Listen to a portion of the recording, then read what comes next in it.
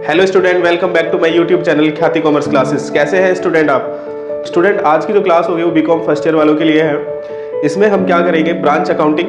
Branch accounting देखा जाए बहुत इंपॉर्टेंट चैप्टर है और इसमें से एक फुल फ्लेज क्वेश्चन आपके एग्जाम में आता ही आता है। और ड्यू के एग्जाम देखा जाए दिसंबर में है, तो उनके लिए तो बहुत इंपॉर्टेंट हो जाता है अभी ये करना। और इसके लिए हमें प्रॉपर वे में समझना होगा कि ब्रांच अकाउंट में कितने मेथड्स हैं और कौन कौन से अकाउंट हमें प्रिपेयर करने पड़ेंगे। सबसे पहला पॉइंट आता है कि ब्रांच का क्या मतलब होता है। Branch means section of A enterprises. जो आपका बिजनेस है उसकी सेक्शंस, इट मीन्स कि आपके जो हेड ऑफिस है उसने डिफरेंट डिफरेंट प्लेसेस पे अपनी ब्रांचेस ओपन की हुई है। जैसे आपने देखा कि रिलायंस कंपनी है, रिलायंस कंपनी का हेड ऑफिस मुंबई में, ब्रांचेस हर स्टेट में है। एसबीआई बैंक सारे उसमें इंडिया में फैला हुआ है। तो हेड ऑफिस एक होता है और उसकी ब्रांचेस डिफरेंट होती हैं, जिससे कि हमारे जो कस्टमर्स होते हैं, जो कंपनी के कस्टमर्स होते हैं, उनको इजी वे में सर्विस प्रोवाइड की जा सके।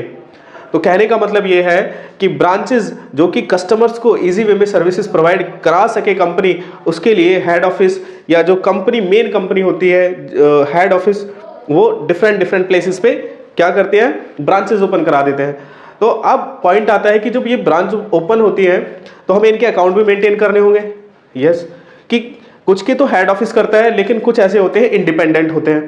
तो हमें इस चैप्टर में यही सीखना है कि जो हमारे ब्रांचेस होते हैं उनके अकाउंट को किस टाइप से मेंटेन किया जाता है, किस तरह से मेंटेन किया जाता है, उनकी रिकॉर्डिंग किस टाइप से होती है। तो इस चैप्टर में हमें यही सीखना है कि हम इनको कैसे रिकॉर्ड करें। तो सबसे पहले पॉइंट आता है टाइप्स ऑफ ब्रांचेस, कि कितने टाइप्स की ब्रांचेस होती हैं, पहले वो डिस्कस करते हैं।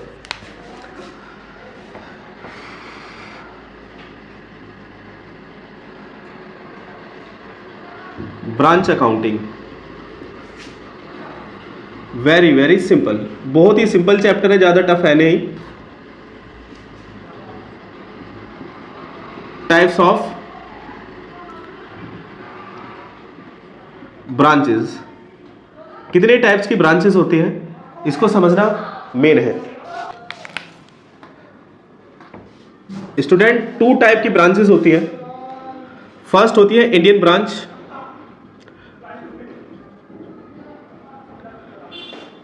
इंडियन ब्रांचेस या होम ब्रांचेस।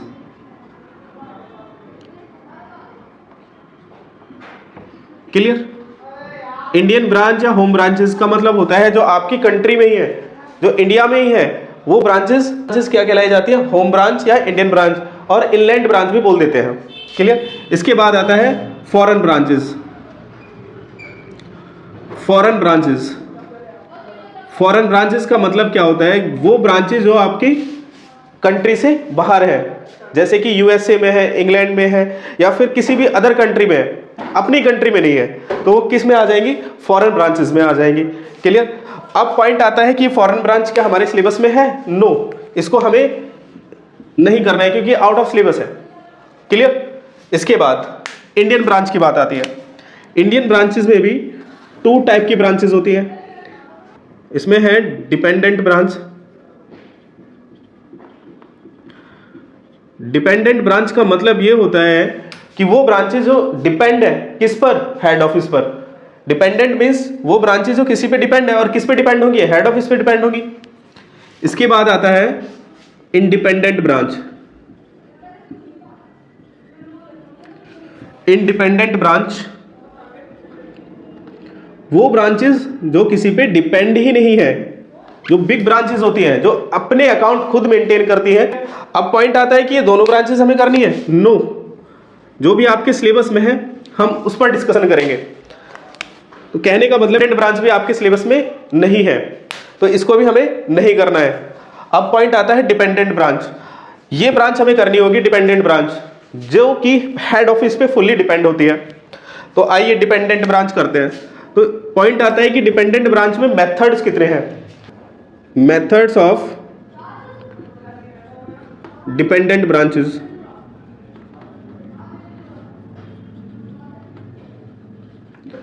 इसके बच्चों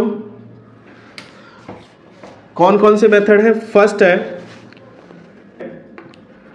ब्रांच डेटर सिस्टम,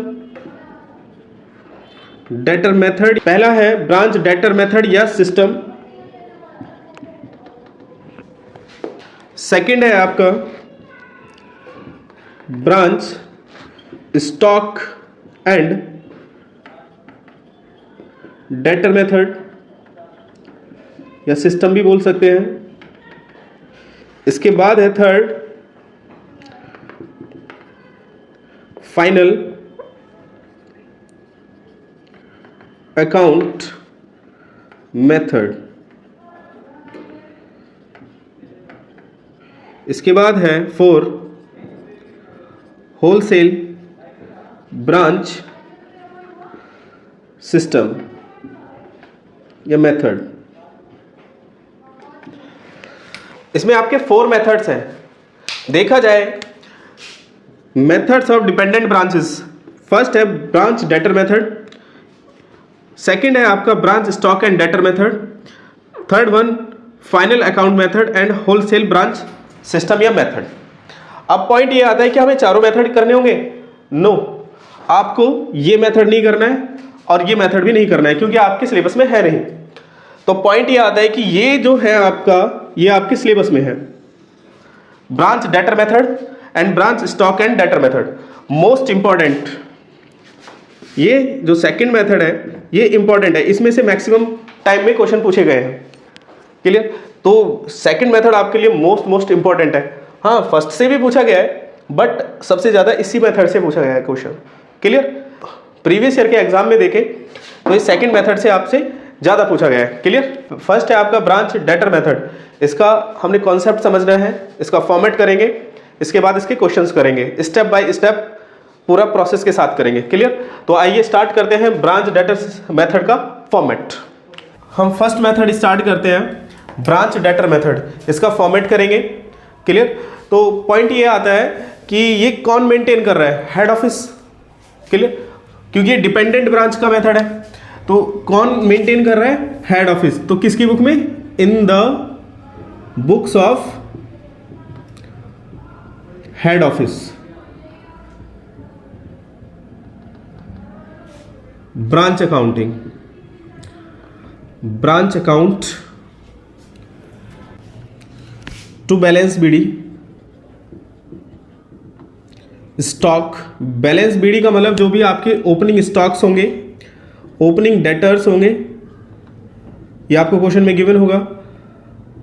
फर्नीचर हो सकता है, पेटी कैश हो सकता है, प्रीपेड एक्सपेंस, कंप्यूटर,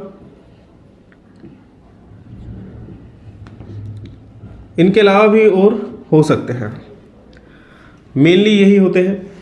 इसके बाद है हेड ऑफिस आपको गुड्स सेंड करेगा। जब हेड ऑफिस आपको गुड्स सेंड करेगा तो क्या होगा? Goods send to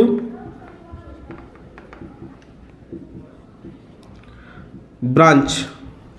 clear? Goods send to branch. इसके बाद कैश या bank account. Head office branch इसको कुछ एक्सपेंसेस पे करेगा, जैसे सैलरी है, एम्प्लॉयज वर्क करते होंगे, उनकी सैलरी पे करना, रेंट पे करना, सन्ड्री एक्सपेंसेस, तो हेड ऑफिस पे करेगा। तो जब हेड ऑफिस आपको पे करेगा अगर चेक में तो बैंक, अगर इन कैश करता है तो कैश, अगर बैंक से ट्रांसफरिंग हो रही है तो बैंक अकाउंट। जैसे कि सैलरी पे कर दिया, हेड ऑफिस पे कर रहा है, सैलरीज, रेंट, अगर एडवर्टाइजमेंट का खर्चा है, सन्ड्री एक्सपेंस, इनके अलावा भी कोई और हो सकता है। क्लियर? अगर मान लीजिए to balance CD, outstanding expenses हैं आपके, उनको भी शो करेंगे। अगर आपके क्रेडिटर हैं क्लोजिंग, वो भी आपके आ जाएंगे। ये प्रिपेयर किस पे होगा? At cost. एट कॉस्ट पे इसको प्रिपेयर करेंगे। इसके बाद है by balance BD, outstanding expenses, जो भी आपके आउटस्टैंडिंग एक्सपेंसेस होंगे, ओपनिंग क्रेडिटर्स अगर क्वेश्चन में गिवन होंगे तो आपने शो कर देना है। By cash account, cash sale जितना भी कलेक्शन होगा डेटर से फ्रॉम डेटर या कस्टमर वो आ जाएगा आपका। इसके बाद है goods and to branch. Goods and to branch आप कहेंगे जी इधर भी लिखा है इधर भी लिखा है, ये वो ब्रांच है जैसे कि हेड ऑफिस ने आपको गुड्स सेंड किया, बट जब ब्रांच के पास आया तो उसमें कुछ यूनिट्स डिफेक्टिव थी, तो ब्रांच क्या करेगी, उन यूनिट्स को रिटर्न कर देगी हेड ऑफिस को। तो जब हेड ऑफिस को रिटर्न करेगी तो क्या एंट्री होगी, गुड्स सेंड टू ब्रांच। जब गुड्स सेंड किए जाते हैं हेड ऑफिस के द्वारा तो डेबिट साइड में, और जब ब्रांच करेगी हेड ऑफिस को रिटर्न तो क्रेडिट में, क्योंकि आपका गुड्स अल्टीमेटली कम हो रहा है। Goods return to HO, HO means head office by branch. Clear. इसके बाद है balance CD. Balance CD stock, closing stock जो भी होगा, डेटर, फर्नीचर, डेप्रिसिएशन माइनस करने के बाद जो बैलेंस बचेगा फर्नीचर का वो शो कर देंगे। पेटी कैश का क्लोजिंग बैलेंस। इसके बाद आपका prepaid expense, closing prepaid expense आ जाएगा आपका। और अगर कंप्यूटर है उसका क्लोजिंग बैलेंस, इट मीन्स कि डेप्रिसिएशन माइनस करने के बाद आएगा बच्चों आपका नेट प्रॉफिट आ जाएगा। अगर आपका डेबिट एक्सेस है फ्रॉम क्रेडिट तो आपका लॉस आ जाएगा, लॉस या डिफिसिट। क्लियर। तो ये था आपका ब्रांच अकाउंट एट कॉस्ट पे। तो ये है आपके एक सिंपल फॉर्म है ब्रांच अकाउंटिंग जो हेड ऑफिस मेंटेन करेगा। तो भी आपके बैलेंस बीडी दिए होंगे, stock, debtor, furniture, petty cash या prepaid expense computer debit side में शो कर देंगे। गुड्स सेंड टू ब्रांच जो हेड ऑफिस सेंड करेगा गुड्स ब्रांच को वो आ जाएगा यहाँ पे। जो भी ब्रांच एक्सपेंस करता है और हेड ऑफिस उसको सेंड करता है वो डेबिट साइड में शो कर देना है आपने। अगर आपके क्लोजिंग बैलेंसेस हैं आपके तो वो डेबिट साइड में आ जाएंगे लायबिलिटी के।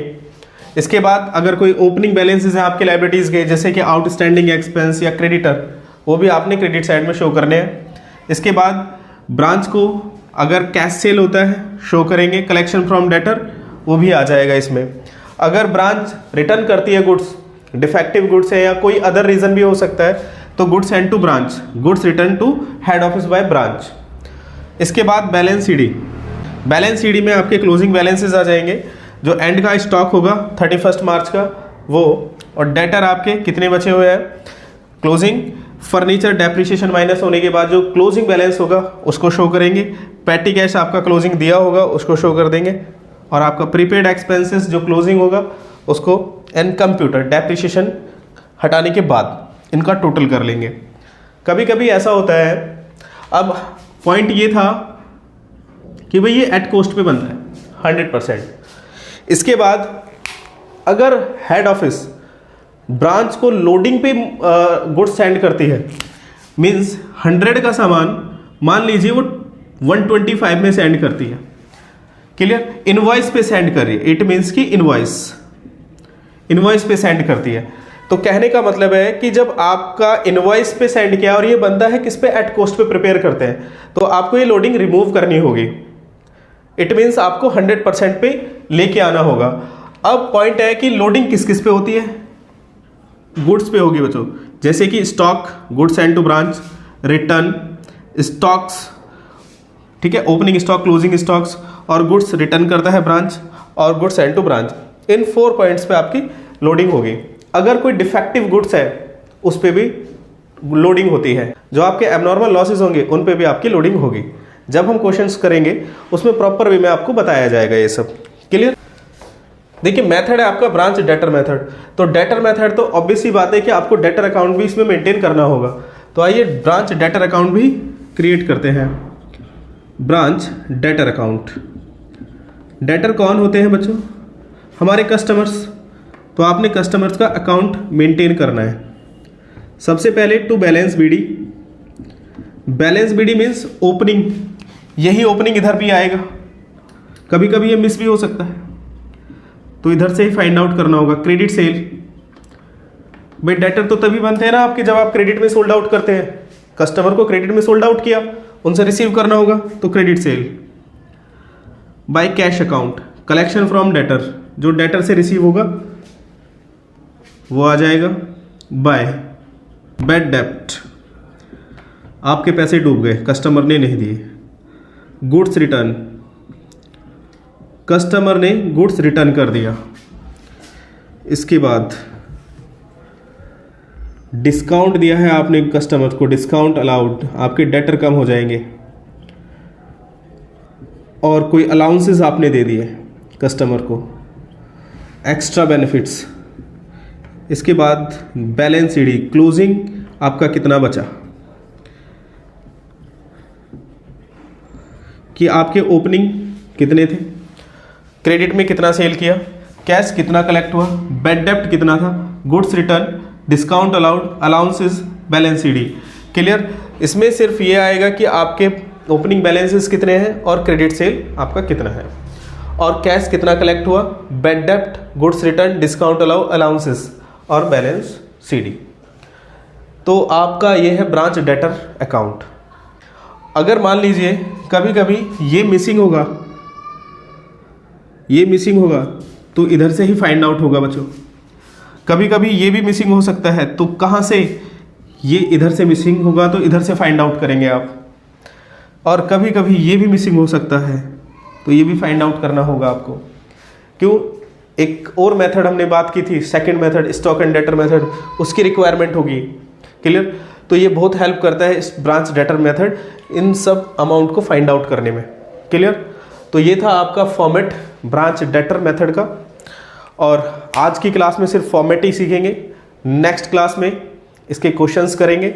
बहुत इंपॉर्टेंट चैप्टर है आपके एग्जाम के पॉइंट ऑफ व्यू से देखा जाए, बड़े ध्यान से करना होगा, और नेक्स्ट क्लास इनके क्वेश्चंस की होगी। तो आज की क्लास में सिर्फ branch debtor method, next class में इसके क्वेश्चंस करेंगे। तो मिलते हैं आपसे नेक्स्ट क्लास में।